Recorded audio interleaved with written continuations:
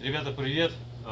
Значит, делаю такое быстрое видео по поводу замены 2007 года по 2014, по-моему, Hyundai Sonata свечи. Значит, чтобы здесь до свечей добраться, надо вот столько болтов открутить, всяких разных. Я сейчас скажу вам, где они. Значит, вот эти бронзовые втулочки здесь. Раз, два, три, четыре. Ой. Потом 5, 6, 7, 8. Вот здесь вот. Потом здесь сзади один на 14 миллиметров, здесь на 12.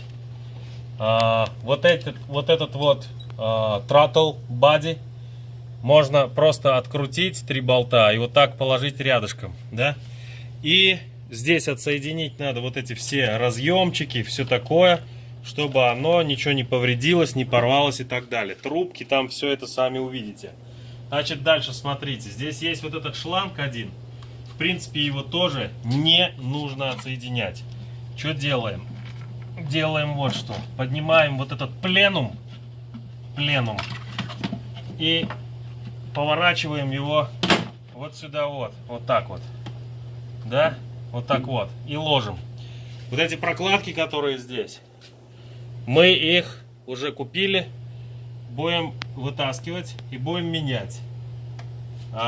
Значит, ну, это вообще как бы легко, поэтому я не знаю насчет этого показывать. Просто вытягиваете и вставляете туда новые. Вот, значит, вот они, свечи вот эти. Раз, два, три.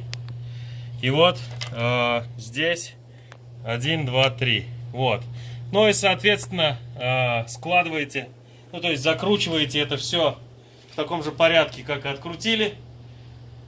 Можно свечи смазать anti-seize, ну, типа, там с серебрянкой такая штука. Или, я не знаю, хотя бы маслом смазать на худой конец, так сказать. Вот на этой пластмассе болты не перетягивайте, потому что может вот эта хрень лопнуть.